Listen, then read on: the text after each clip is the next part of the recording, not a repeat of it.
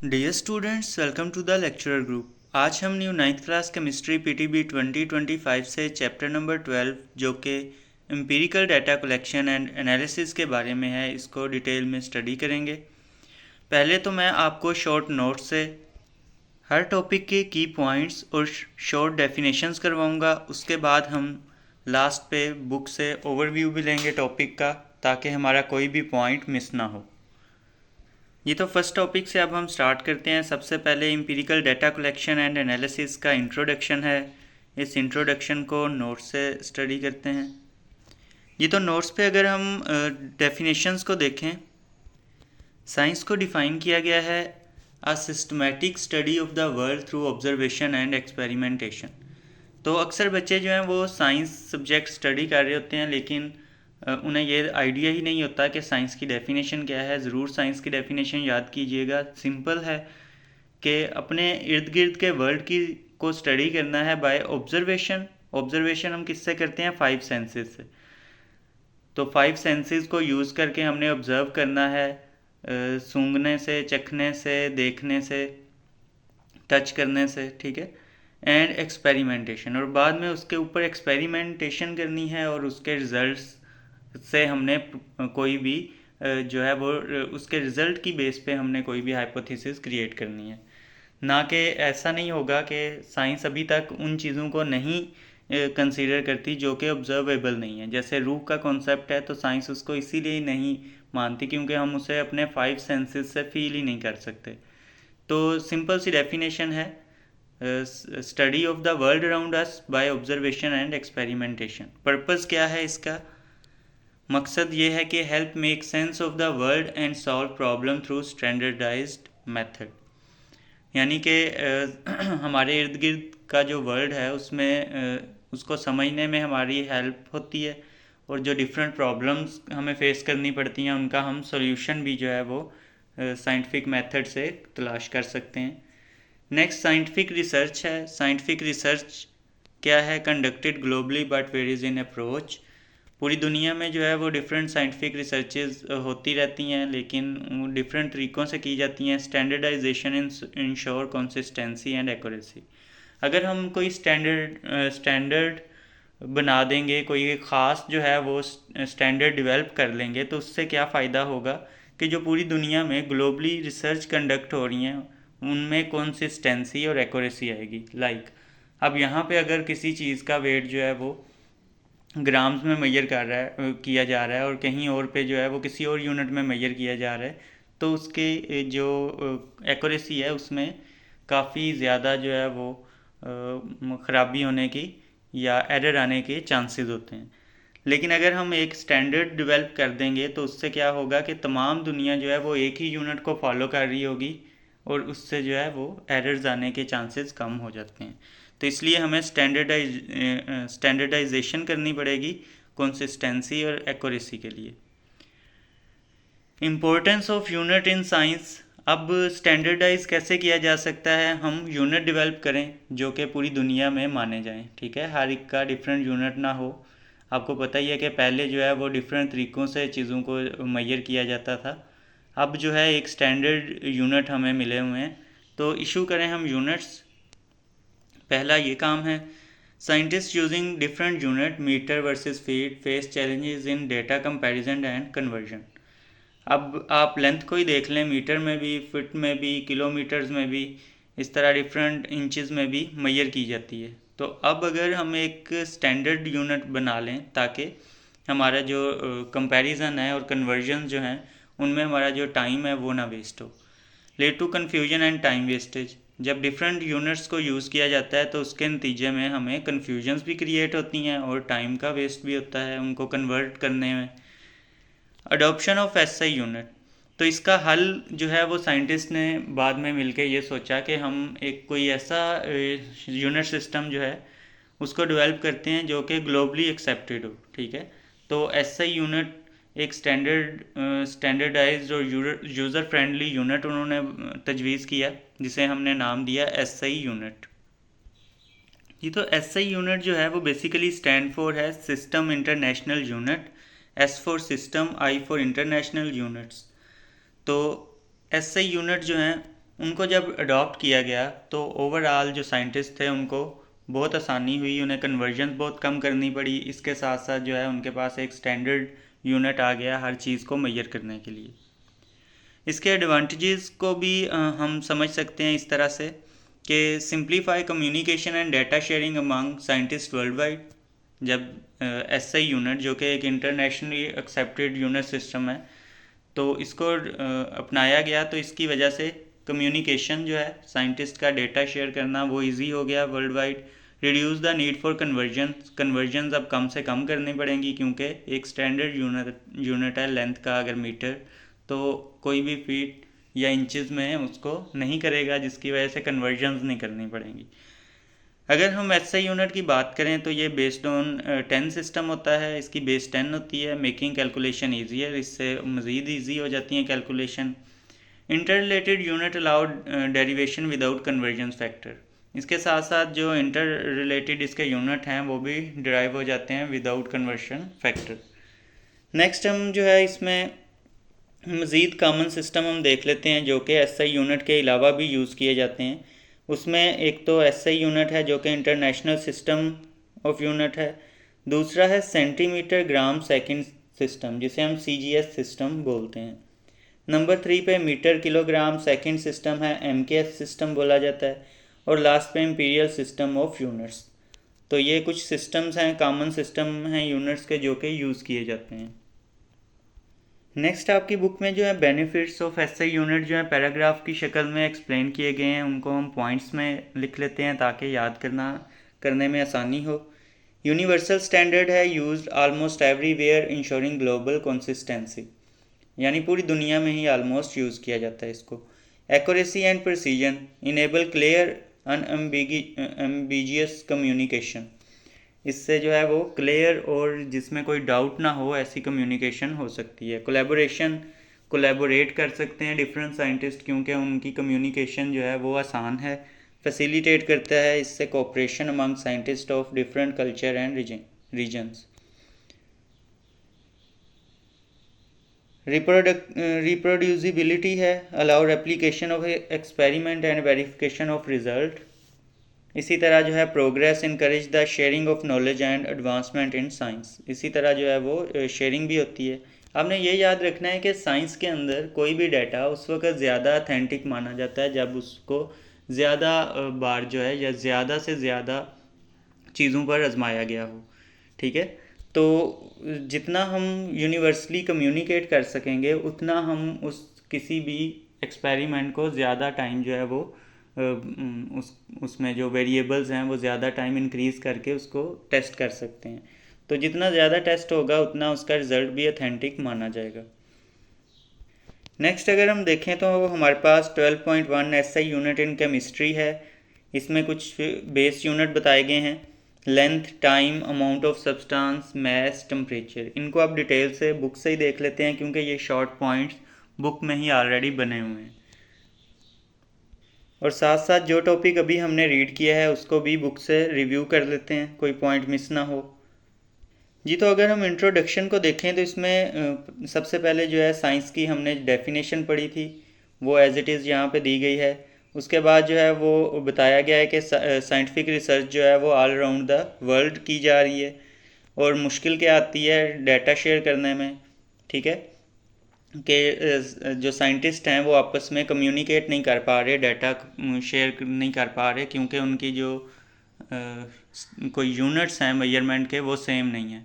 अगर वो कर भी देते हैं तो उससे मसला क्या आता है कि उनकी कन्वर्जन्स करने में जो है वो काफ़ी टाइम लग जाता है, उससे काफ़ी प्रॉब्लम्स जो हैं वो आती हैं। इस पैराग्राफ में यही एक्सप्लेन किया गया है। जैसे उन्होंने बताया है कि मीटर को भी लेंथ के लिए यूज़ किया जाता है, फिट को भी, फुट को भी। और यहाँ पे आप देख सकते हैं नेक्स्ट पैराग्राफ है, इसमें एसआई यूनिट का तारुफ है, सिस्टम इंटरनेशनल यूनिट जो बाद में डेवलप किया गया जिससे दुनिया का ये प्रॉब्लम जो है ये सॉर्ट आउट हो गया। उसके बाद अडॉप्टेशन है एसआई यूनिट की, ये क्यों इम्पोर्टेंट है कम्युनिकेशन के लिए, ये भी मैंने आपको बता दिया। और उसके साथ ये भी बताया कि जो बेस सिस्टम है इसका वो 10 है एसआई यूनिट का, और इसकी जो कन्वर्जन्स वगैरह हैं वो भी ईजी होती हैं। नेक्स्ट हमने कुछ दुनिया में यूज़ किए जाने वाले सिस्टम्स को स्टडी किया, जिसमें SI यूनिट आ जाता है, CGS सिस्टम आ जाता है, MKS सिस्टम आ जाता है, इम्पीरियल सिस्टम यूनिट आ जाता है। अगेन नेक्स्ट यहाँ पे आपको एक्सप्लेन किया गया है कि SI यूनिट को यूज़ करने का क्या फ़ायदा होता है। तो इन बेनिफिट्स को ये जो पैराग्राफ की शक्ल में लिखे हैं मैंने, ये तमाम आपको शॉर्ट पॉइंट्स की शक्ल में प्रोवाइड कर दिए हैं। उन पॉइंट्स को याद कर रखें और उनको एक्सप्लेन कर दें, तो आपके पास ये एक पूरा पैराग्राफ बन जाएगा। लास्ट पे कंक्लूजन में है कि SI यूनिट जो हैं वो साइंटिस्ट को वर्क करने में इफ़ेक्टिवली हेल्प आउट करते हैं, और इसी तरह सेफ्टी, रिलायबिलिटी और रिप्रोड्यूसिबिलिटी और प्रोग्रेस में हेल्प आउट करते हैं।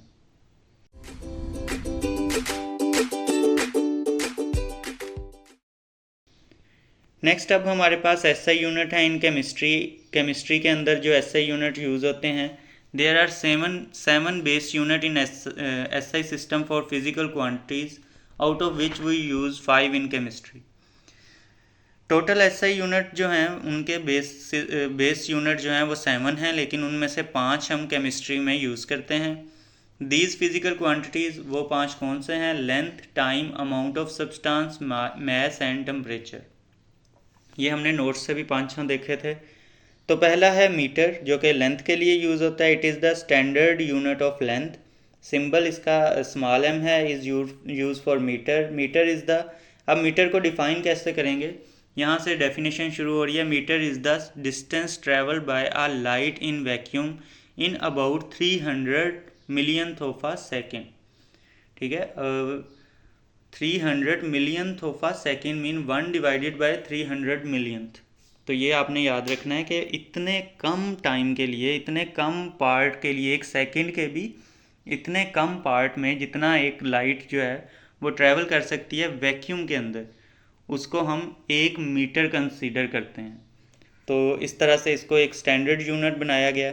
यहाँ पे आपको एक मीटर रॉड भी शो किया जा रहा है, आप देख सकते हैं, जो हम कॉमनली यूज़ करते हैं। सेकंड जो है वो किलोग्राम है, वो मैस के लिए होता है। सिंबल की बात करें तो kg and it is standard unit of mass. A block is kept in the France which is taken as standard unit of mass. ठीक है, अभी तक वो पड़ा है और उसको बड़ा सेफली रखा है कि कहीं वो इरोड ना हो। It is also defined as the mass of 1000 centimeter cube of water. इसके इस तरह से भी डिफ़ाइन किया जाता है कि mess of 1000 centimeter cube of water जो है वो भी 1 kg के इक्वल है। नेक्स्ट आपको यहाँ पे डिफरेंट मैसेज दिखाए गए हैं, 1 kg, 500, 250। सेकंड्स की बात करें तो हमारे पास सेकंड भी स्टैंडर्ड यूनिट है टाइम के लिए, with a symbol s, small s। It is the time that elapse during, अब ये आप साइकिल देखें कितने मतलब कॉम्प्लेक्स है। तो इस अमाउंट को मैं इस तरह से एक्सप्लेन कर देता हूँ, 9,192,631,770 साइकिल। ठीक है, या आप उर्दू में अगर मैं बता दूं तो ये तकरीबन बन रहा है 9,19,26,31,770 साइकिल। तो ये बेसिकली है क्या, मैं आपको बताता हूँ कि सीजियम का जो एटम है उसकी जो है हाइपर फाइन दो लेवल्स हैं, sorry, eight ground state. Let's say मैं यहाँ पे कुछ ड्रा करके आपको समझाता हूँ कि तो ये दो हाइपर फाइन जो हैं वो हमने लेवल ग्राउंड स्टेट पे डिसाइड कर लिए सीजियम एटम के। अब यहाँ से इलेक्ट्रॉन्स ने जंप करना है ऊपर और नीचे। जब भी वो जंप करते हैं तो रेडिएशंस प्रोड्यूस होती हैं, और वो कितनी रेडिएशन, इतनी रेडिएशन हमने काउंट करनी है कितने टाइम में प्रोड्यूस हो रही हैं, और उसे हम 1 सेकेंड देंगे। ठीक है, तो इस तरह से सेकंड को डिफ़ाइन किया जाता है। काफ़ी कॉम्प्लेक्स है, इसको समझना थोड़ा सा, लेकिन आप लोग सिर्फ ये डेफिनेशन याद करें और साइकिल्स को याद कर लें। सीजियम एटम का नेम ज़रूर याद रखिएगा।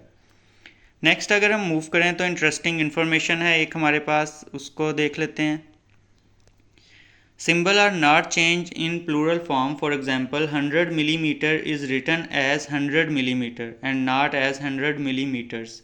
तो ये भी आपने याद रखना है कि प्लूरल फॉर्म में आपने एडिशनल एस वगैरह ऐड नहीं करना, वो मिलीमीटर ही रहेगा। नेक्स्ट मूव करते हैं, अब केल्विन है हमारे पास। केल्विन फॉर टेम्परेचर है। represented by K, and it is the standard unit of temperature. It is 1/273 of the thermodynamic temperature of triple point of water. अब ये ट्रिपल पॉइंट ऑफ वाटर क्या है? ये एक ऐसा पॉइंट है वाटर का जिसमें वाटर तीनों स्टेट्स में एग्जिस्ट कर रहा होता है, सॉलिड, लिक्विड और गैस में। तो इसका क्या है? 1/273 of the thermodynamic temperature of triple point of water. अब ये टेम्परेचर कितना होता है ये मैं आपको बता देता हूँ। ट्रिपल पॉइंट ऑफ वाटर का जो टेम्परेचर है वो 273 केल्विन होता है, तो उसी का ही 1/273 हमने फाइंड आउट करना है 1 केल्विन के लिए।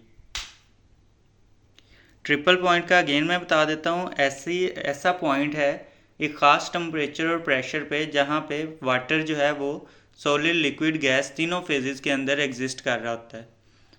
नेक्स्ट हमने जो स्टडी करना है वो है मोल। मोल को अगर देखें तो बेस यूनिट है amount of substance, of pure substance, and it is denoted by mole.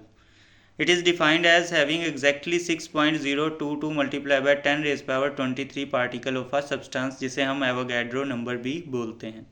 तो एक मोल के अंदर इतने पार्टिकल्स होते हैं किसी भी सब्सटेंस के, और ये प्योर सब्सटेंस को कैलकुलेट करने के लिए यूज़ किया जाता है केमिस्ट्री के अंदर। आगे हमारे पास एक टेबल है base unit of SI system का। लेंथ का मीटर में है, टाइम का सेकंड में है, अमाउंट ऑफ सब्सटेंस मोल में है, ये आप देख सकते हैं यूनिट्स को भी आगे। मैथ्स किलोग्राम में है और टेम्परेचर केल्विन में। नेक्स्ट डिराइव्ड यूनिट देख लेते हैं। ये बेस यूनिट थे, अब डिराइव्ड यूनिट जो कि इन्हीं बेस यूनिट से डिराइव्ड हुए हैं, मतलब इन बेस यूनिट को मिला के बनाए गए हैं। जैसे कि वॉल्यूम का है तो इसमें सेंटीमीटर, क्यूबिक मीटर सॉरी, तो मीटर को 3 बार जो है वो मल्टीप्लाई करवाएं तो मीटर क्यूब बनता है। डेंसिटी के लिए केजी पर क्यूब मीटर केजी और मीटर पर मीटर क्यूब को जो है वो इकट्ठा किया गया है। एरिया के लिए स्क्वायर मीटर है, तो मीटर को डबल किया गया है, उसके मीटर को मल्टीप्लाई किया गया मीटर से, तो इसलिए इन्हें क्या कहते हैं? Derived unit. अब ये कुछ ड्राइव्ड यूनिट हैं, उनको आपने देख लिया, याद भी करने हैं ये आपने। Okay, in addition to derived unit, there are other specific quantities commonly used in chemistry. In derived unit के अलावा कुछ केमिस्ट्री में क्वांटिटीज़ यूज़ की जाती हैं, जैसे कि फोर्स है, ये फिज़िकल क्वांटिटीज़ हैं मोस्टली। फोर्स जैसे है उसको न्यूटन या केजी मीटर पर मीटर स्क्वायर, ठीक है, केजी पर मीटर स्क्वायर, -2 इंडिकेट कर रहा है, मीटर जो है वो डिवीजन के नीचे है। तो इसी तरह तो दोनों यूनिट यूज़ किए जा सकते हैं, न्यूटन एन भी या ये वाला केजी पर मीटर स्क्वायर भी। प्रेशर के लिए पास्कल भी यूज़ किया जाता है और न्यूटन पर मीटर स्क्वायर भी। -2 इंडिकेट कर रहा है कि एन के नीचे डिवाइड हो रहा है एम स्क्वायर। एनर्जी के लिए हम जाउल्स यूज़ करते हैं और इसके लिए न्यूटन मीटर भी यूज़ किया जाता है। तो ये भी कुछ आपने यूनिट्स जो हैं वो अपने जहन में रखने हैं। नेक्स्ट जो है एसआई यूनिट सिस्टम है। इसमें बताया जा रहा है कि जो एसआई यूनिट सिस्टम है वो मैट्रिक सिस्टम है, यानी कि मैट्रिक के इम्तिहान भी आप लोग देते हैं, तो टेंथ को हम मैट्रिक बोलते हैं। ये एक ऐसा यूनिट है प्रीफिक्सेस का जो कि डेवलप किया गया है इंडिकेट करने के लिए whether the unit is multiple और फ्रैक्शन ऑफ बेस 10, ठीक है, या तो मल्टीपल हैं या फ्रैक्शन है बेस 10 की। It allowed the reduction of zeros of a very small number और अ वेरी लार्ज नंबर। इससे हम जो है ज़ीरोज़ जो स्मॉल वैल्यू और लार्ज वैल्यूज़ के हैं उनको रिड्यूस कर सकते हैं। लाइक अगर आपके पास कोई क्वांटिटी है 0.00004, तो इसको आप जो हैं वो प्रीफिक्सेस में इस तरह से लिख सकते हैं कि इस पॉइंट को आपने कितने टाइम मूव किया, यहाँ तक अगर आपने लाना है तो 1 2 3 4, तो हम इसको लिख लेंगे 4 मल्टीप्लाई बाय 10 की पावर कितने टाइम मूव किया, 1 2 3 4 टाइम ही मूव किया है तो -4। जब आप राइट साइड को लाएंगे तो नेगेटिव, और अगर आप पॉजिटिव साइड को, अब यहाँ पे देखें हमने तमाम जो ज़ीरोज़ हैं वो कैंसिल आउट करती हैं, तो ये जो है वो इस तरह से हम प्रीफिक्सेस में कन्वर्ट करते हैं, तो ज़ीरो जो हैं वो रिड्यूस हो जाते हैं। अब हम जो है देख लेते हैं कुछ डेवलप्ड सिंबल प्रीफिक्सेस जो कि यूज़ किए जाते हैं एसआई यूनिट में। इसमें मेगा है जिसमें 10 की पावर पॉजिटिव 6 होती है। पॉजिटिव 6 इंडिकेट कर रहा है कि पॉइंट को इस साइड को मूव नहीं किया गया, बल्कि पॉइंट को इस साइड को मूव करवाया गया है। मतलब अगर यहाँ पे 6 की पावर 6 है, इट्स मीन अब हमने यहाँ से 0 ऐड करने हैं। अब ये एक हमारे पास वैल्यू है 10 लाख, तकरीबन 60 लाख जो है ये वैल्यू है, 60 या 6 मिलियन। अब इसको अगर हम देखें तो इसको हम किस तरह से लिख सकते हैं, जिसमें कोई पॉइंट नहीं होता, इट्स मीन उसके लास्ट में पॉइंट होता है।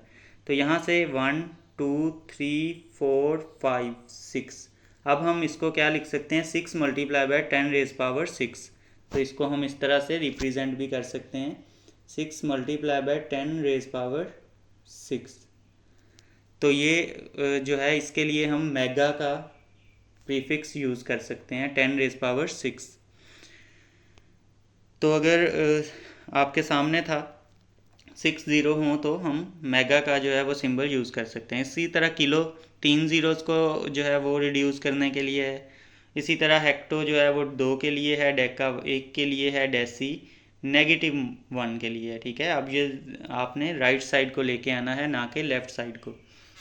मज़ीद अगर हम देखें तो यहाँ पे आपके सामने जो है वो सेंटी है, मिली है, माइक्रो, नैनो, पिको, इनकी पावर्स भी आपके सामने नेगेटिव सिंबल्स के साथ जो है वो मेंशन है। इनके सिंबल्स भी आपको बताए गए हैं। नेक्स्ट हमारे पास जो है वो एक अगेन डिस्क्रिप्शन है, तो इसको हम नोट्स से स्टडी करते हैं शॉर्ट पॉइंट्स में। अब हमने कुछ कॉमनली यूज यूनिट हमने देखने हैं जो कि हम लेबॉर्ट्री के अंदर या केमिस्ट्री में यूज़ करते हैं mostly instead of SI unit. जैसे कि एसआई यूनिट में हम मैथ जो है उसको मोल के अंदर मेजर करते हैं, लेकिन हम कॉमनली केमिस्ट्री में ग्राम्स को ही यूज़ कर लेते हैं, और इसलिए प्रेफर किया जाता है क्योंकि मोलर मैथ को ग्राम पर मोल में मेजर किया जाता है या एक्सप्रेस किया जाता है। तो सूटेबल है for small quantities typical used in laboratory. ये सूटेबल भी रहता है ग्राम मेजर करना लेबॉर्ट्री के अंदर, और ये प्रिवेंट भी करता है लार्ज और स्मॉल वैल्यूज़ को, जिसकी वजह से making calculation is manageable. Second number पे अगर हम टेम्परेचर को देखें तो टेम्परेचर का जो एसआई यूनिट है वो केल्विन है, आपको भी पता है, लेकिन कॉमनली सेल्सियस हम यूज़ करते हैं केमिस्ट्री में। उसकी वजह क्या है, इसकी जो कंपैटिबिलिटी है विद बेस 10 सिस्टम। सेल्सियस जो है वो इजीली बेस 10 सिस्टम के साथ काउंट किया जा सकता है। कन्वर्जन फार्मूला क्या है, वो भी बहुत आसान है वैसे, कि सिंपल आपने सेल्सियस को प्लस करना है 273 में, तो आपके पास केल्विन में वो टेम्परेचर कन्वर्ट हो जाएगा। लेट्स से हमारे पास 10 सेल्सियस है, तो उसे हम 273 में ऐड करेंगे तो ये बन जाएगा 283 kelvin. Easier to use and convert between celsius and kelvin scale, और ये ईजी है यूज़ करने के लिए भी, और इसकी कन्वर्जन भी बहुत आसान है। नेक्स्ट जो है वो है वॉल्यूम मेजरमेंट इन केमिस्ट्री। तो वॉल्यूम को हम क्यूबिक सेंटीमीटर में यूज़ करते हैं, प्रेफर ओवर क्यूबिक मीटर। ठीक है, क्यूबिक मीटर इसका जो यूनिट है एसआई यूनिट, उसमें हम जो है इसको मेजर नहीं करते due to small quantities handled in lab, क्योंकि लैब के अंदर जो है मोस्टली स्मॉल क्वांटिटीज़ को ही हैंडल करना होता है, जबकि ये जो क्यूबिक मीटर है ये मोस्टली लार्ज के लिए यूज़ होता है। Easier to measure and calculate with smaller precise volume, ये इसका फ़ायदा है कि इजी होता है मेजर करना और कैलकुलेट इसको। नेक्स्ट हमारा जो टॉपिक है वो है 12.2 tools and technique to manage accuracy and precision. तो इम्पोर्टेंस ऑफ मेजरमेंट जो है पहले हमें ये पता होना चाहिए, फिर हम बताएंगे कि एक्यूरेसी और प्रिसीजन को किस तरह से मैनेज किया जाए। तो from the basis of all scientific experiment, जो मेजरमेंट्स हैं वो हर साइंटिफिक एक्सपेरिमेंट की बेस हैं।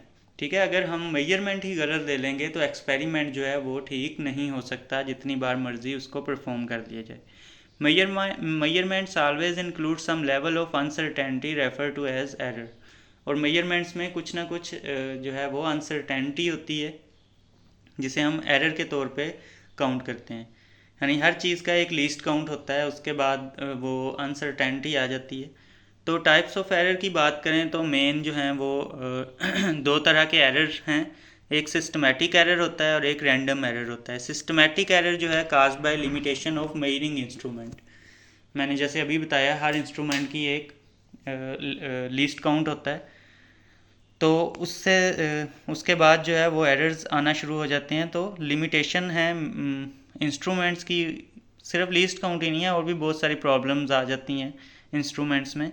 Can be corrected bye constant adjustment, इसको जो है करेक्ट किया जा सकता है एडजस्ट करने से। अफेक्ट एक्यूरेसी, बहरहाल ये अफेक्ट करता है एक्यूरेसी को। एग्जांपल्स आ जाती हैं pipette, burette, burette and measuring cylinder delivering slightly incorrect volumes. तो ये जितने भी ऑपरेटर्स हैं यहाँ पे मेंशन ये समटाइम्स स्लाइटली इनकरेक्ट वॉल्यूम देते हैं। रैंडम एरर्स की बात करें तो काज्ड बाय अनप्रेडिक्टेबल चेंजेस और वेरिएशन इन प्रोसीजर्स। अब ये दोनों के जो डिफरेंस है ये अक्सर पूछा जाता है, इसलिए सिस्टमैटिक एरर और रैंडम एरर को अच्छे से समझें। सिस्टमैटिक एरर जो है वो मोस्टली ऑपरेटर्स की लिमिटेशन की वजह से होता है, इंस्ट्रूमेंट्स की लिमिटेशन की। रैंडम एरर जो है वो अनप्रेडिक्टेबल चेंजेस और वेरिएशन इन प्रोसीजर के दौरान कुछ ऐसे चेंजेस हो जाते हैं, कोई वेरिएशंस आ जाती हैं जो कि हमने नहीं सोची होती। वो टेम्परेचर चेंज भी हो सकता है, वो जो है एयर प्रेशर का चेंज भी हो सकता है, या इस तरह का कोई भी चेंज हो सकता है। अफेक्ट प्रिसीजन, वो भी इफेक्ट करेगा प्रिसीजन को। For example reading volume from different angle on a cylinder. अब सिलेंडर से आपने अगर देखना है, वॉल्यूम को रीड करना है, तो आपकी आइज़ जो हैं वो सेम लेवल पे होनी चाहिए। अगर आप इधर उधर से देख लेते हैं तो उसमें जो है वो डिफरेंट वॉल्यूम आएगा। Balance reading affected by environmental factor, इसी तरह बैलेंस की रीडिंग जो है वो इन्वायरमेंटल फैक्टर एयर वगैरह से अफेक्ट होते हैं। गोल ऑफ एक्सपेरिमेंट होता है achieve result that are both accurate and precise, और हर एक्सपेरिमेंट का गोल यही होता है कि ऐसे रिजल्ट अचीव किए जाएं जो कि एक्यूरेट भी हों और प्रीसाइज भी हों। अब एक्यूरेट और प्रीसाइज क्या होता है इसको हम डिटेल से आगे समझते हैं 12.3 में। टॉपिक है accuracy and precision. Accuracy and precision की अगर हम बात करें तो एक्यूरेसी है measure how close a result is to the true और नॉन वैल्यू। एक्यूरेसी क्या है कि कितनी क्लोज है जो नॉन वैल्यू है उससे हमने जो मेजर की वैल्यू है वो। For example a liquid true volume is 26 centimetre cube but if measured as 27 centimetre cube it is not accurate. तो इसमें आप ये देख सकते हैं कि अगर हमने एक प्रॉपर लिया है लिक्विड 26 सेंटीमीटर क्यूब, लेकिन अगर हम उससे मेजर करते हैं बाद में तो 27 अगर आ रहा है तो ये हमारे पास एक्यूरेट वैल्यू नहीं है। और प्रीसाइज का क्या मतलब होता है? Refer to consistency of repeated measurement. Like हमने अगर बार बार एक एक्सपेरिमेंट या एक वैल्यू को मेजर किया है और उसकी मेजरमेंट जो है वो कंसिस्टेंटली रिपीट होती जा रही है, ये नहीं है कि चेंज हो रही है, तो ऐसी मेजरमेंट को हम प्रीसाइज बोलते हैं। लेकिन अगर बार बार चेंज हो रही है तो हम उसे कहेंगे कि ये प्रीसाइज नहीं है। तो एग्जांपल के तौर पे आप यहाँ देख सकते हैं, if a weight measurement consistently reads 3.2 kg it is precise but not necessarily accurate. अब अगर एक हम वेइंग मशीन पे वेट कर रहे हैं और वो बार बार उस चीज़ का वेट जो है वो 3.2 kg ही बता रही है, तो ये हमारे पास प्रिसीजन है, क्योंकि कंसिस्टेंटली जो है वो एक ही वैल्यू रिपीट हो रही है। लेकिन अब ये प्रीसाइज है तो इट डजेंट मीन कि ये एक्यूरेट भी हो। एक्यूरेट होना लाजमी नहीं है। रियल वैल्यू से कितना जो हमारी गिवन वैल्यू है वो करीब है, ये होती है एक्यूरेसी। अगर हम कंपैरिजन करें दोनों का तो हमारे पास एक्यूरेसी और प्रिसीजन में मेन जो है वो ये पॉइंट्स आ जाते हैं। एक्यूरेसी होती है closeness to the true value, हमारी जो वैल्यू निकली है वो कितना ओरिजिनल वैल्यू से मिलती करीब है, इसको हम एक्यूरेसी कहते हैं। प्रिसीजन क्या है? कंसिस्टेंसी ऑफ रिज़ल्ट, कि कितनी बार रिपीट हो रहा है सेम रिज़ल्ट। एग्जाम्पल की बात कर लें, if a true mass is 20 gram. अगर एक हम मैस लेते हैं और वो हमें पता है कि उसका जो ओरिजिनल मैस है वो 20 ग्राम है, वो किसी भी तरह हमने मेजर किया हुआ है। लेकिन यही जब हम स्टूडेंट को देते हैं मेजर करने के लिए, तो लेट्स से एक स्टूडेंट जो है वो मेजर करता है इसको 17.3, 17.4 और 17.2। अब इन वैल्यूज़ को अगर हम देखें तो इनमें से कोई भी वैल्यू जो है वो क्लोज नहीं है मेन हमारी वैल्यू के, ओरिजिनल वैल्यू के, लेकिन यहाँ पे देखें एक दूसरे से इनकी क्लोजनेस जाहिर हो रही है। तो अगर एक दूसरे के क्लोज हैं तो it's mean they are precise. ठीक है, एक दूसरे के करीब करीब पॉइंट्स हैं तो इस क्लोजनेस को हम क्या कहते हैं, प्रीसाइज या प्रिसीजन। दूसरे स्टूडेंट ने देखें क्या किया है कि 19.8, 20.5 और 19.6। अब इन तीनों वैल्यूज़ को देखें तो इनका आपस में काफ़ी लार्ज गैप है, यानी एक दूसरे के बिल्कुल भी करीब करीब की वैल्यूज़ नहीं है, लेकिन मेन वैल्यूज़ के साथ बहुत करीब करीब है। ठीक है, तो इट्स मीन मेन वैल्यू से इसमें 2 का डिफरेंस है, इसमें 5 का, इसमें 4 का। तो ये एक्यूरेट हैं क्योंकि इनकी क्लोजनेस है from the original value towards the original value, इनकी क्लोजनेस है, लेकिन आपस में इनकी क्लोजनेस नहीं है। तो जब आपस में क्लोजनेस हो रीडिंग की उसे हम प्रिसीजन कहते हैं, और अगर ओरिजिनल वैल्यू के साथ क्लोजनेस हो तो उसे हम एक्यूरेट वैल्यू बोलते हैं। तो ये प्रीसाइज है लेकिन एक्यूरेट नहीं है क्योंकि ओरिजिनल वैल्यू से इसकी क्लोजनेस नहीं है। ये एक्यूरेट है क्योंकि ओरिजिनल वैल्यू से तो क्लोजनेस है लेकिन आपस में एक दूसरे के करीब करीब नहीं है, तो प्रीसाइज नहीं है। इंडिपेंडेंस बताई गई है कि एक जो प्रिसीजन और एक्यूरेसी हैं वो एक दूसरे से इंडिपेंडेंट है। ज़रूरी नहीं है कि अगर कोई डाटा प्रीसाइज है तो एक्यूरेट भी हो, या ज़रूरी नहीं है कोई डाटा एक्यूरेट है तो प्रीसाइज भी हो। जैसा कि हमने यहाँ पे ऑब्जर्व भी किया, ये प्रीसाइज है लेकिन एक्यूरेट नहीं है, और ये एक्यूरेट है लेकिन प्रीसाइज नहीं है। तो इसमें हमने यही एक्सप्लेन करना था। नेक्स्ट हमारे पास कुछ की पॉइंट्स हैं, इनको भी देख लेते हैं। Gram, Celsius and centimetre cube are preferred unit in chemistry due to their practicality and ease of use. तो ये प्रेफर्ड यूनिट हैं, हम जो हैं वो एसआई यूनिट को छोड़ के इनको इस्तेमाल कर लेते हैं क्योंकि ईजी होता है इनको यूज़ करना। एरर्स जो हैं वो इनविटेबल हैं but can be minimize for better accuracy and precision. Error जो हैं वो मतलब ऐसे नहीं है कि हम उनको रोक सकते हैं, लेकिन हाँ हम उनको मिनिमाइज कर सकते हैं। Understanding the distinction between accuracy and precision is critical for evaluating experimental result. तो एक्यूरेसी और प्रिसीजन का डिफरेंस बहुत ज़रूरी है किसी भी एक्सपेरिमेंट के रिज़ल्ट को एवेल्युएट करने के लिए। तो अक्सर ये क्वेश्चन आ जाता होता है एक्यूरेसी और प्रिसीजन का डिफरेंस, और इसी तरह टाइप्स ऑफ एरर। जी, तो इस टेबल को स्टडी करने के बाद हमने नोट से देखा था कि केमिस्ट्री में हम कौन कौन से नॉर्मली यूनिट यूज़ करते हैं। एसआई यूनिट होने के बावजूद हम ज़्यादातर केमिस्ट्री में जो दूसरे यूनिट इस्तेमाल करते हैं वो कौन कौन से हैं, जैसे कि ग्राम यूज़ करते थे मैथ्स के लिए, और इसी तरह जो केल्विन नहीं यूज़ करते थे, सेल्सियस स्केल यूज़ करते थे टेम्परेचर के लिए। उसकी रीज़न भी बताई कि क्यों यूज़ करते थे, क्योंकि इजीली कन्वर्टेबल था और ज़्यादा कंपैटिबल था बेस 10 सिस्टम से। इसके साथ साथ जो है वो क्यूबिक मीटर की जगह हम सेंटीमीटर क्यूब यूज़ करते हैं, इसको भी हमने समझा। फिर tool and techniques to manage accuracy में हमने एरर की डेफिनेशन जो उसको देख लें। Every measurement carries a level of uncertainty which is known as error. Types of error जो है उसको भी हमने स्टडी किया। एक और डेफिनेशन है एरर की, यहाँ से वो भी देख लें। The difference between the measurement is called an error. ठीक है, अब इसकी जो दोनों फैक्टर हैं सिस्टमेटिक एरर और रैंडम एरर, इनका डिफरेंस हमने स्टडी किया। उसके बाद हमने जो है वो नेक्स्ट एक्यूरेसी और प्रिसीजन का डिफरेंस जो है वो अच्छे से समझा विद एग्जांपल्स, और उसके बाद जो चैप्टर है वो हमारा ख़त्म हो गया। तो आई होप सो आपको समझ आई होगी। अगर कोई पॉइंट मिस हो गया तो ज़रूर कमेंट कीजिएगा, और वीडियो कैसी लगी इसके बारे में भी बताइएगा, और मज़ीद ऐसी ही वीडियोज़ के लिए चैनल को भी ज़रूर सब्सक्राइब कर दीजिएगा।